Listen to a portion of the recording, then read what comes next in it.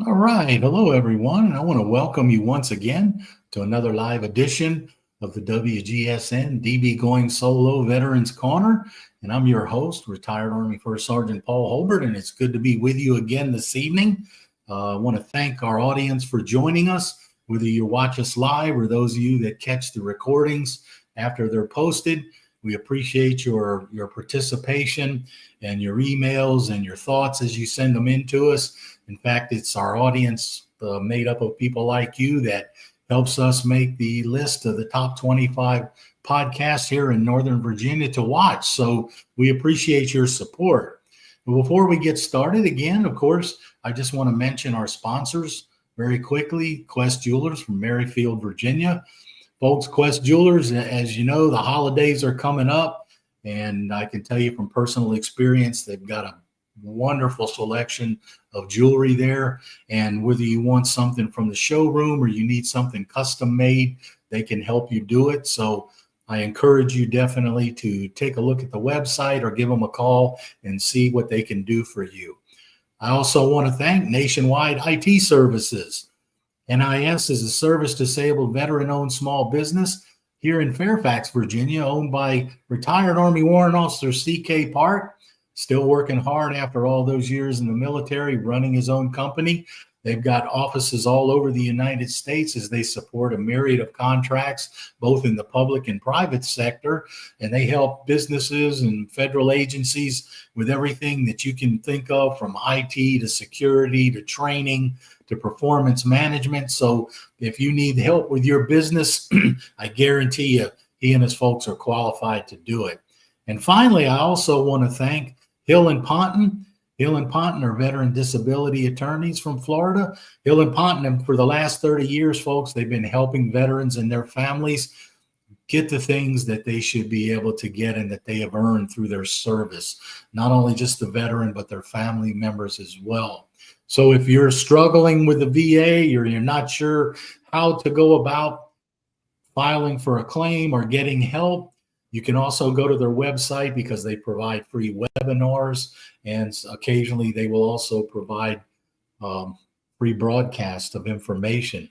But talk to them. They'll help you as they've helped other clients for the past 30 years. So give them a call, Hill and Ponton, Veterans Disability Attorneys. All right, so we want to thank all of our sponsors.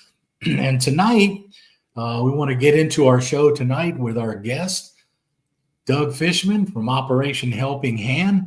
Doug is the chairman of Operation Helping Hand, located there in Tampa, Florida.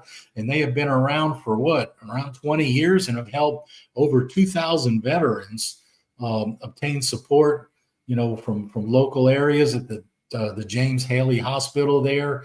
And it's amazing to see these organizations that help veterans, especially those that are suffering from various types of traumas and paralyzed injuries. So, Doug, I want to thank you so much for taking the time to come on our show tonight, and also to thank you for all the work that you do with your organization.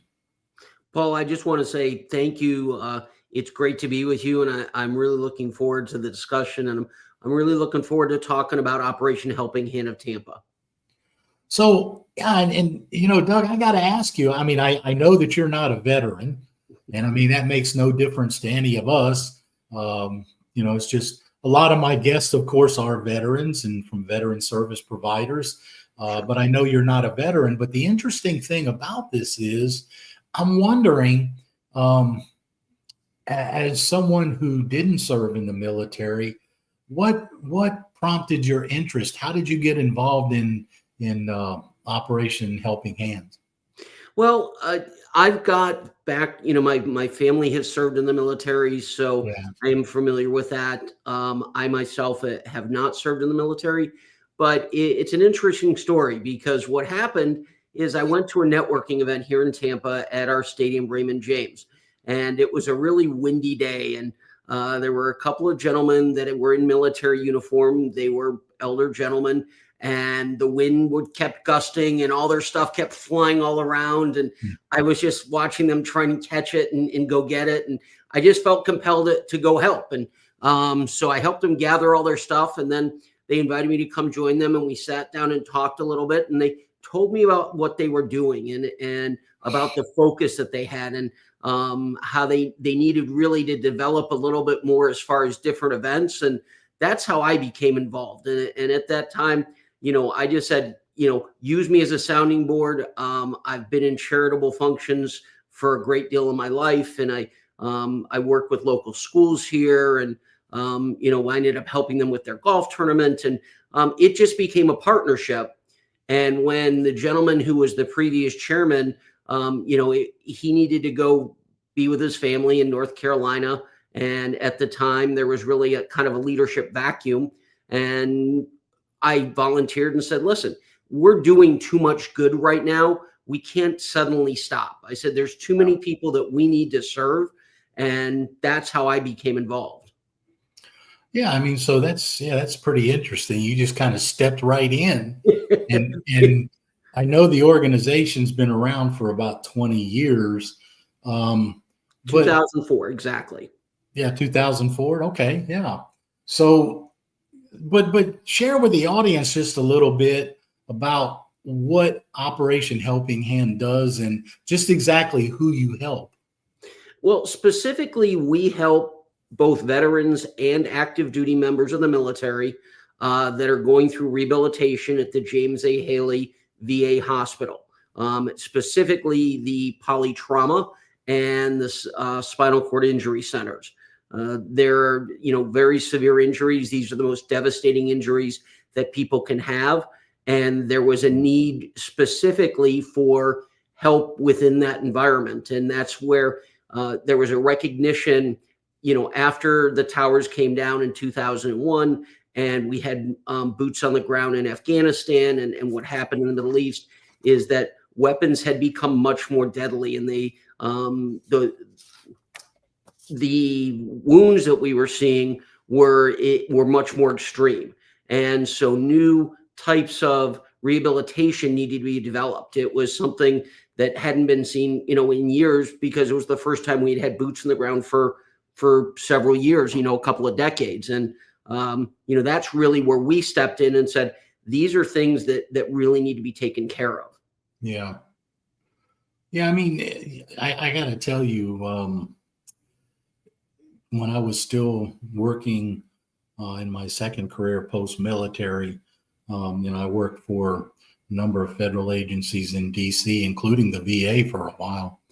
And while I was at the VA, I attended the Public Service Recognition Week down on the National Mall and was actually in a booth for our office down there from the VA. And I had an opportunity to talk with several veterans that came through that had been in Iraq at the time and early into Afghanistan. And one of them was in a wheelchair, had lost a leg. Another one was walking around with a prosthetic arm. A couple of them were, at least physically appeared to be whole, but, you just never know. And between that and the trips that I've had to the VA hospital in Washington, and to see some, not only the older veterans, but some of the younger veterans in there, in wheelchairs, missing limbs. And it really hits home when you see that, especially firsthand. And I can imagine that's kind of how that is for you guys as well. Well, the work we do here, particularly at the James A. Haley, we like to say our organization is a local organization, but we have a global reach. What's not known is that James A. Haley polytrauma and spinal cord injury represent over 80% of the rehabilitation beds in the DoD and the VA. So we're getting patients here from across the globe. We're one of the foremost. I shouldn't say we, because all I do is support it. I mean, it's the doctors, it's the caretakers, it's all of those people. But the center is one of the foremost in our military as far as leading this type of rehabilitation for our patients. Yeah, well, I mean, like you said, you don't want to say we, but you guys are part of it as well, supporting them and helping them where they need help. So, I mean, it's all part of the same effort, whether, you're working with the disabled veterans directly or treating them. What you guys are doing is important. So you said you're based out of Tampa, but like you said, you're getting veterans from all over the world coming through there for treatment. So what is your national reach? How do you reach out nationally for your program or support of your program? Well, we as an organization don't reach out nationally. It's the support that we give here that goes out nationally. And I'll give you an example of that is that we funded the development of a virtual reality rehabilitation study and clinic that is used at the James A. Haley. And it's been found that using virtual reality, using gaming, things like that, can help patients deal with phantom pain when they've lost a limb or when they're going through PTSD. And that program has been so successful that they've duplicated it at other facilities. And now they're studying it from a scientific standpoint to say, is this something that really warrants greater study? Because the results have been so incredible and our ability really to help the patients. And it was something that wouldn't have been funded and something that was outside of the box. So we were able to provide that funding, and we've worked the VA. We have nothing to do with the clinical studies or the implementation, but we gave them the ability to create that program. Yeah, that's interesting because I was looking on your website and I saw that VR therapy listed on there, and I thought, wow, that's really something to be able to take a virtual reality program and try to use that to help these veterans. It's kind of amazing to see, what all, not only medical science, but science and technology in general is able to do with the tools.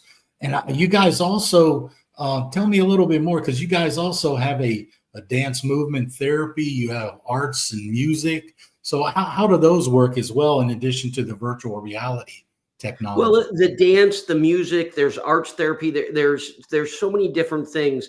In particular, the dance, when you've got patients that have gone, that have lost a limb or a spinal cord injury, that's a therapy that's used to develop strength and give them, the ability to transition from, a previous lifestyle to a new lifestyle.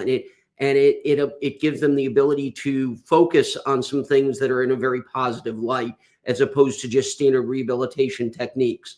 We were there probably about 3 weeks ago and taking a tour through, and we went into the art therapy, and there were some patients there, special forces officers, they're active duty, but they had recently gone through some trauma, and they've discovered that the art therapy actually helps them get over PTSD, which is one of the things that the Polytrauma unit helps with. Yeah. So you do the same thing with the music as well. So Correct. When you come in with music, do you guys get them into an instrument, or is it just more listening to types of music, or how does that work? No, the entire area is filled with musical instruments. They have an opportunity to try different instruments. They learn how to play.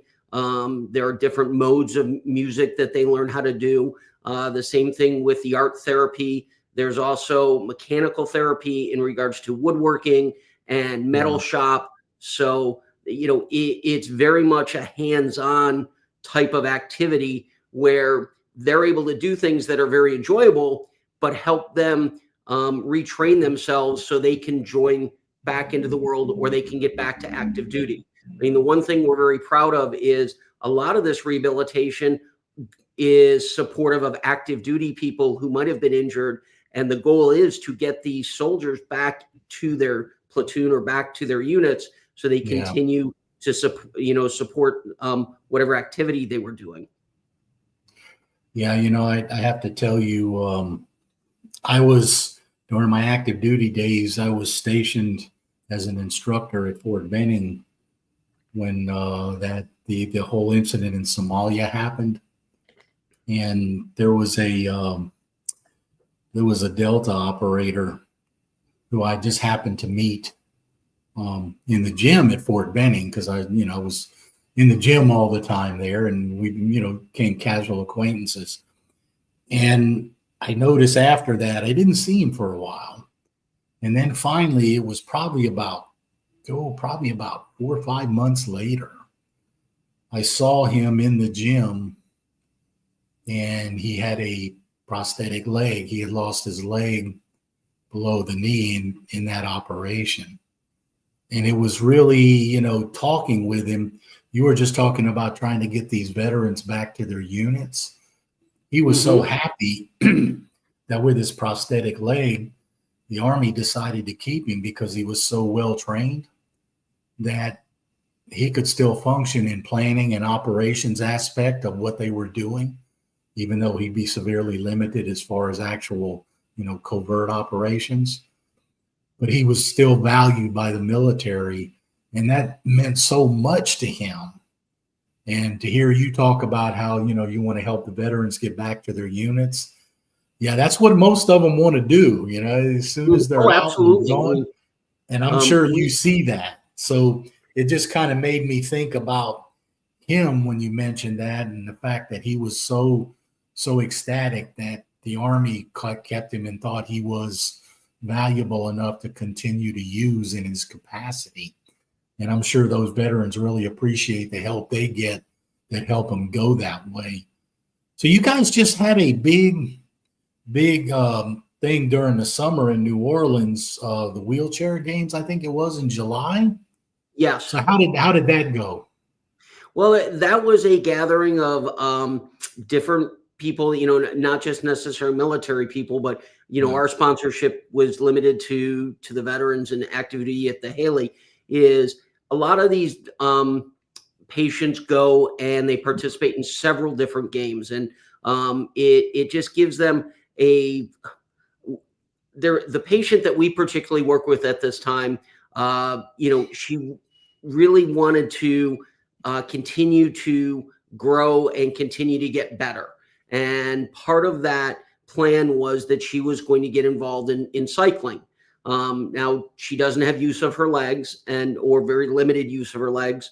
Yeah. And so it requires special equipment.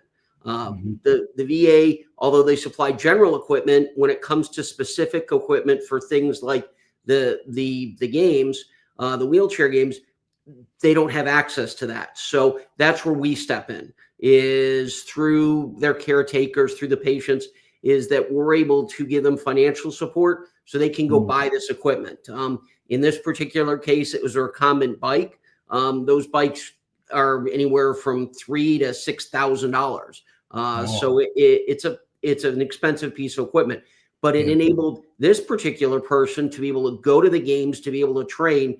And not only that, she's now going to the National Wheelchair Olympics, which are going to be held in Orlando. And we were so proud of her because not only did she do the bicycling, but she did about 9 other events.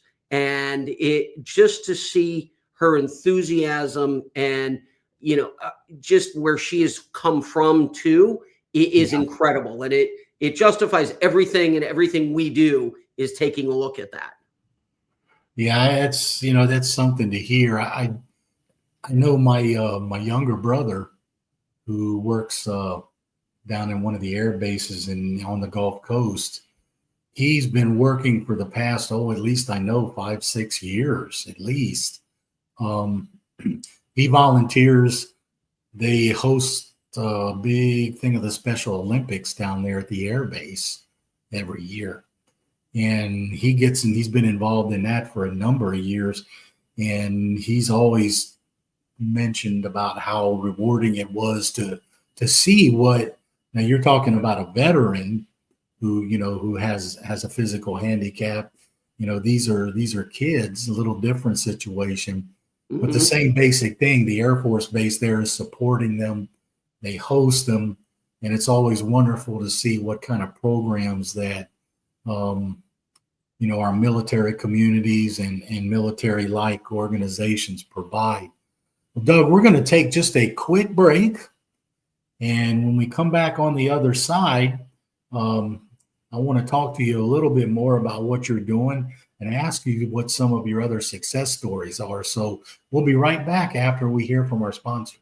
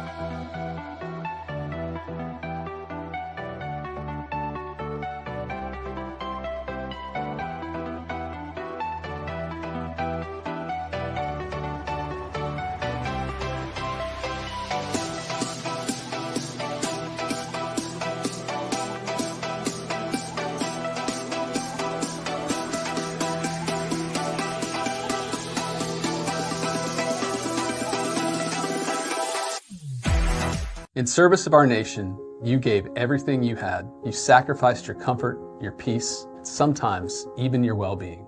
Over 3 decades, Hill & Ponton has helped to be a guiding light for veterans seeking their rightful disability benefits. When our heroes are in need, we are not just lawyers. We're an ally, a team who understands the struggles you faced. If you're a veteran seeking the benefits you deserve, let us stand with you on this journey, because every battle deserves a hero, and no hero should fight alone.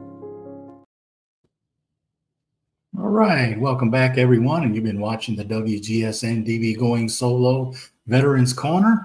Of course, our guest tonight is Doug Fishman, the chairman of Operation Helping Hand, located in Tampa, an organization that helps paralyzed veterans and supports their activities and organizations and their healing process.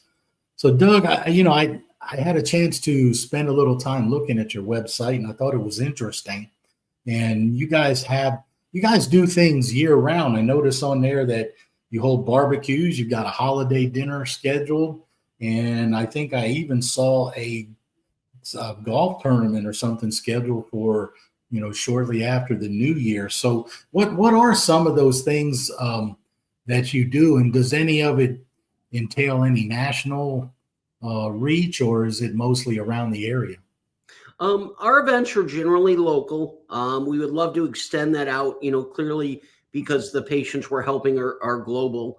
But we've spent a lot of time in our discussion, we've talked about how we assist the patients or the veterans going through the rehabilitation.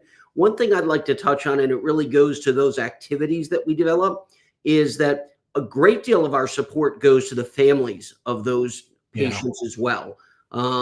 And so when we plan some of these activities, sure, look, at the end of the day, we can't do anything without funds. I mean, that's what really supports the things that we give to the VA. We're very proud of the fact that we're an all-volunteer organization. We're very proud of the fact that 96.5 cents of every dollar we raise goes directly to support those patients and their families. And that's the activities we do, such as the holiday dinner. There's the wives, the children, the foreign officers that are based at MacDill are welcome to come to this to be able to interact and, be able to really see what we're doing to support the activities that are going on globally. We had prior to, like it was in August, we had an event with the Tampa Bay Rays, and the Tampa Bay Rays are a partner with ours. They gave us a suite. We were able to bring about 45 or 50 patients and their families to the game. And just sharing, one thing that really gets me choked up a little bit. And again, it's one of those things that tells me, listen, I was at the right place in the right time, and I'm so happy to be part of the organization, is that there was a family walking in, young family, 2 young kids, husband and wife. We were actually on the elevator with them. We didn't even know that they were going to go to the event with us, but we're sitting there talking. And then when we get inside, we realize that the wife is very emotional, and she's, because the husband had PTSD and he had been overseas and he's going through rehabilitation, and the goal is to get him back over to his deployment. But she is overwhelmed at just being able to do something normal, and the kids being able to do something normal. That was very special to me, because at the end of it, when she comes up and hugs you and says thank you, and it gives the family an opportunity to forget everything that they're going through and be able to enjoy themselves. And that's where we plan these events, where, there is an element of fundraising, as I said, but we really want to plan events that we can include all the patients and their families. So, not trying to step on you, but we've got the golf tournament, we've got the holiday dinner, we've got things going on with the Rays. We do 4th of July, we do Veterans Day. Just this last month, the Naval Academy played USF. And so we had a really nice event with the Naval Academy. I got to meet the superintendent of the Naval Academy. We did an event that involved patients, and they came to the aquarium, and then they came to tailgate, and then the game. It was, those are the things that really are good and help people, get better. Yeah, I have to tell you, you're talking about the story of, the wife trying to support her husband through the PTSD. And, I went through that in my family as well. And my wife was at a loss for a while. And, it's not until she finally pushed me to get outside help that we started getting some semblance of normalcy, back in our home and everything else. So I can understand how important that is, and especially for the family, because, it's not just, yourself, it's not just the service member that's affected by PTSD. It's the entire family. And that's so important. That it sounds so great to hear you talk about how happy she was, just to get away and take that break. And, I've spent some time down in MacDill. My wife and I have there at the RV park and visiting and stuff. And, the community down there, I found a number of offices just on the base itself that were really helpful to veterans and folks like that. So it's really wonderful to see what you guys are doing down there. And I just want to mention too, before we continue, to the audience, on your website, it's down at the bottom. I know you keep talking about you can't do this without the funding. So I just want to encourage our audience, our listeners. There is a donate tab on your website there at ohhtampa.org. So I encourage our audience, if you're able to, go on and take a look and see what great work they're doing. And there is a donation tab where you can reach out and donate and lend your support. So if you have a chance, you have an opportunity to do that, please do so. So yeah, it sounds like you guys are just really, really involved, and more so than what I was able to get from the website, of course. So what else do you have planned coming up? Do you have anything else that you guys are looking at? Where do you intend to go kind of next? Well, as you alluded to, we've got the holiday dinner coming up, which we're really, really excited about. The holiday dinner was a great tradition and enables us, and prior to COVID, it was held right at the hospital. And it enables patients that are there that can't leave the facility to be able to come to the dinner, or be able to have their families come, or we can actually bring the dinner to them in their treatment rooms. After, COVID, the hospital completely changed, and the facilities were not the same. The ability to visit and have guests were not the same. So this is the first year since COVID that we are back at the hospital. And that just means so much. And, I had the opportunity to tour some of the facilities there and seeing the patients and talking to them and hearing their excitement about being able to do something that's more normalized, that they can do it. And it just really raises their spirits. So that's the next event. After that is our golf tournament. The golf tournament is in March. We typically hold that at McDill. And unfortunately, because McDill's going through renovations, they're not having the air show, but we've always had the ability, we keep it with the air show. And so the tournament is on the day of the practice. And to give an example, we held this 2 years ago was the last air show. The base commander asked the air wing of the Blue Angels to come and buzz the different tee boxes, and the captains were waving their wings and they were saluting, and they saluted at the time our former chairman, Jim Griffin, which was just absolutely stunning. And, a little story, it was kind of funny as I participated in it. I had a friend of mine who was teeing off, and as he's teeing off, I don't know, either an F-22 or an F-35 just flies by at deck level, and he just threw up his club. He's like, how can I play golf when I'm looking at this? And those are the things, it was just really exciting to be able to do that, and exciting to be able to use that to further support our mission at the Haley. Yeah, that sounds really neat.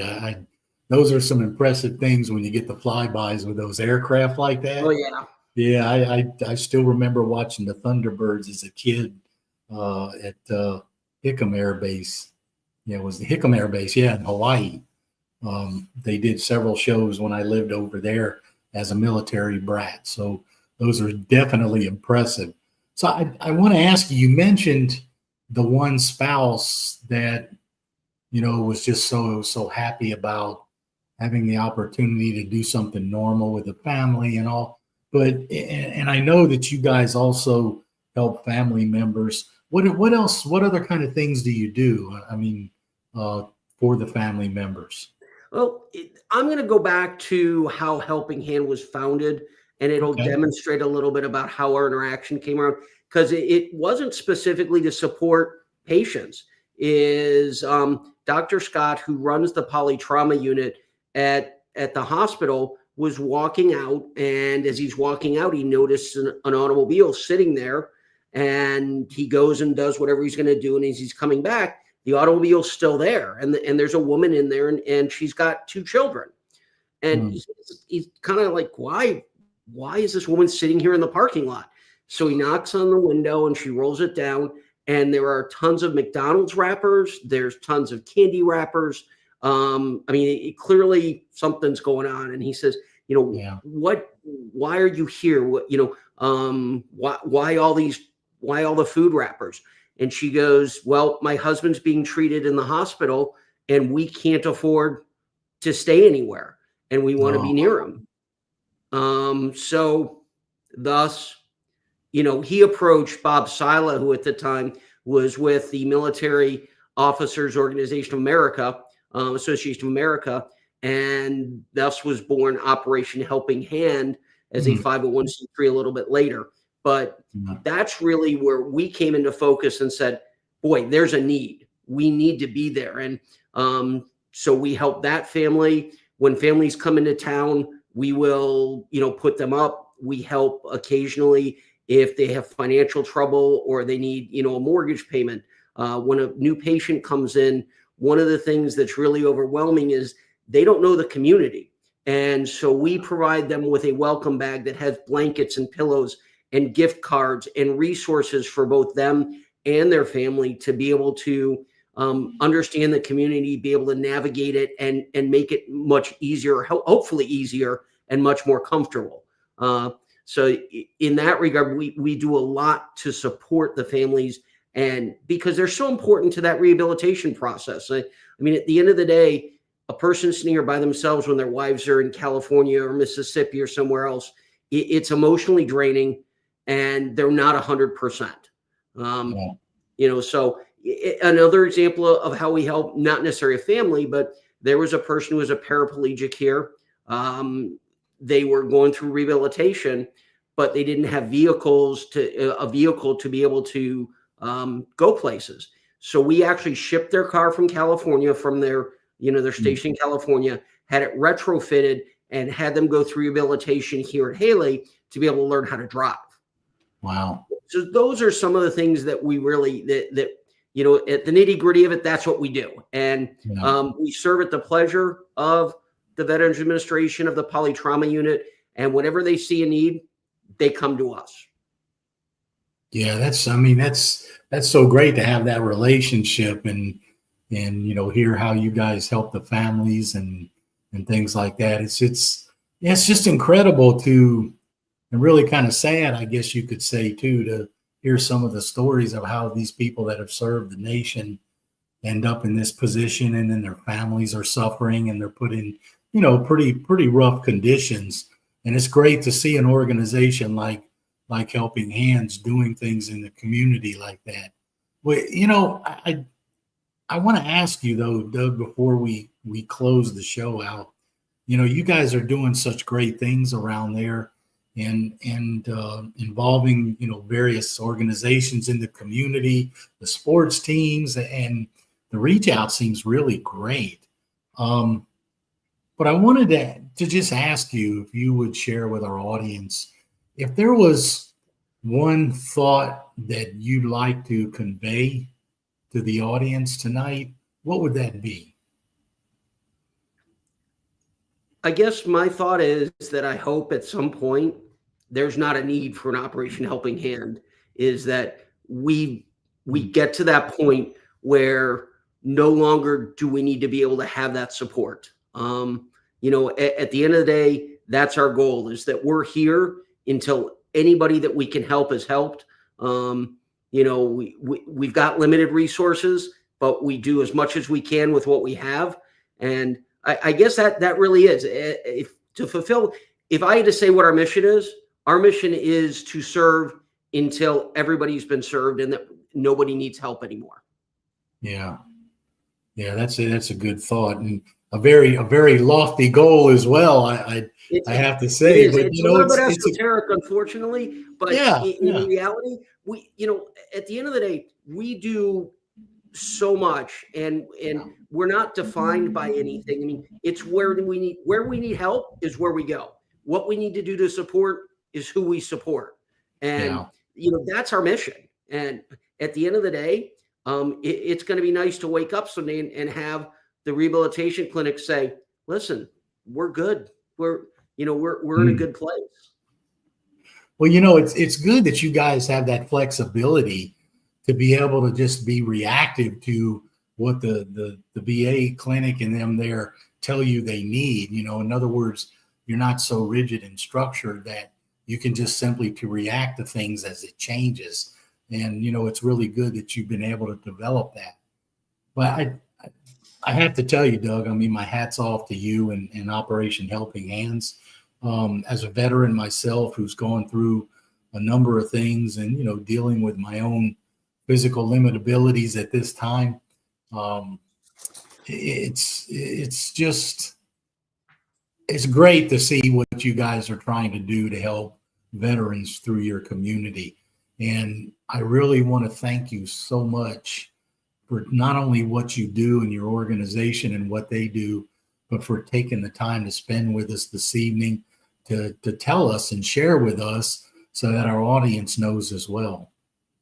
Well, I appreciate you giving us the opportunity. I mean, it's a privilege to be able to help, and I truly mean that. And I thank my board. I thank everybody who gives us support, and anything we can do to further the mission. And you're so kind to let us be on the show to tell us about the organization and spread the word, or the gospel, as you might say. Yeah, and like I said, I definitely would like to circle back to you later on to get some updates on what you guys are doing and have you come back on later just to hear more about what you're doing. So thank you very much for taking the time this evening to spend with us. I'd very much enjoy that. And, maybe even at some point, if it would be of interest, is we could get a patient who's benefited from us and do something about them and let them tell it in their own words, how our support looks. Oh yeah, that's a great idea. That's a great idea. All right. Well, thank you, Doug, so much. And for our audience out there, as you know, we usually provide some additional information to you after the show that will remain on our resource site of my webpage on the studio. And tonight, I want to leave it up here. Veterans info for Operation Helping Hand. There's the website right there, ohhtampa.org. You really need to go take a look at this and see what they're doing. And as I mentioned it, there is a donation tab, and I'm sure that they would be more than happy to welcome any donations you could provide or any other type of support you might be willing to give. So take a look at it, ohhtampa.org, and see what you can do if you can help them out. I want to thank not only our guest tonight, Doug, for joining us, but I also want to thank our audience for taking the time to spend with us this evening. You've been watching the WGSN-DB Going Solo Veterans Corner on the new streamingnetwork.com, and I hope to see you on our next show. Thank you so much.